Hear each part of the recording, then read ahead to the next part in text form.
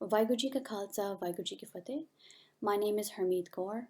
I'm the Director of Community Engagement with the Sikh Family Center, a non-profit community-based organization which promotes healthy, violence-free communities or families across the United States. I want to continue to discuss our conversation on intimate partner and family violence and acknowledge the impact that social distancing and quarantine because of COVID, the impact that's having on survivors or those living in a home where abuse is happening. I will be sharing some considerations when creating a safety plan. Remember, a safety plan is a plan of action, something you can do to increase your level of safety for yourself and your children. It's simple, critical steps you can take, and it's meant to lower the risk of harm towards yourself by somebody in your home, especially during quarantine. A safety plan is a personalized plan for each individual, so one option which works for you may not work for someone else. The first consideration I'd like to share with you is to stay connected virtually. Identify trusted support people whom you can share your safety plan with. Somebody you can share or create a code word with or phrase to alert them that you're feeling like you're in danger or you feel threatened. A code word or a phrase can indicate the level of danger that you are in. Especially if you don't have the chance to have a longer conversation with them, using a code word can really support you in that moment. For example, I'm running low on sugar could mean please give me a call now so I can get to the other room. The second consideration which I want to share is safety during an argument. So you know your situation better than anyone else. So trust your judgment.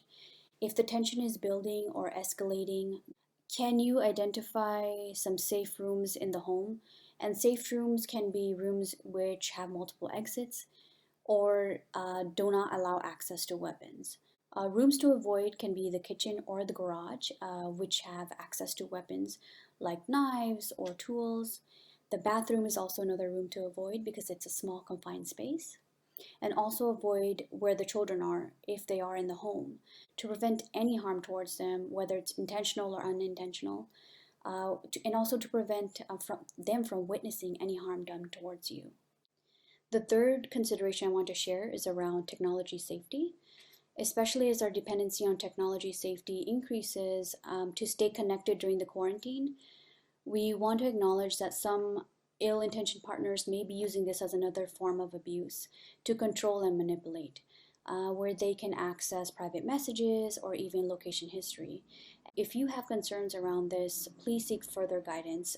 We know there are resources available. You can reach out to our helpline at 408-800-7382. The fourth consideration is to create a peaceful space for yourself. Having to spend more time indoors because of the quarantine, where can you identify a space where you find comfort in your own home? Are there centering activities you can do there for yourself? The abuse, remember, is not your fault. You can consider meditating or thinking of a calm space if you can't physically go somewhere or physically create a space. Listen to bot or do bot, do different activities with your kids. If possible, avoid too much time indoors. Can you go out for a walk or do yard work? Remember, these are all important for your emotional safety and your well-being. Lastly, I want to discuss whether you are ready to leave or stay. You find a way to consult with a counselor. Remember, our helpline provides free and confidential support where you can speak to a trained peer counselor, discuss your options, understand how you can prepare to leave. There are checklists that we can make. Think of questions that are unique to your situation, especially if it's related to children or immigration. Know that the choice to stay through COVID is perfectly rational, and as is the choice to make it work. Also understand that escaping this increasing violence can become lethal for yourself and or your kids, and a counselor can help you assess for that danger. If you are unable to call yourself, provide information, provide our helpline information to a family member or friend. We are here to support you. And I just want to end off by saying that or requesting that if you have a friend or a family member, somebody who may be experiencing abuse, intimate partner violence, family violence, be sure to reach out to them, especially during this time. Share this with them. Even if you don't know their situation completely, let them know that you believe them. They are not alone. Help is out there, and they can call our national helpline at 408 800 7382. Again, it's free, confidential, and non judgmental. Services in Punjabi and English. Waheguru ji ਕਾ ਖਾਲਸਾ ਵਾਹਿਗੁਰੂ ਜੀ ਕੀ ਫਤਿਹ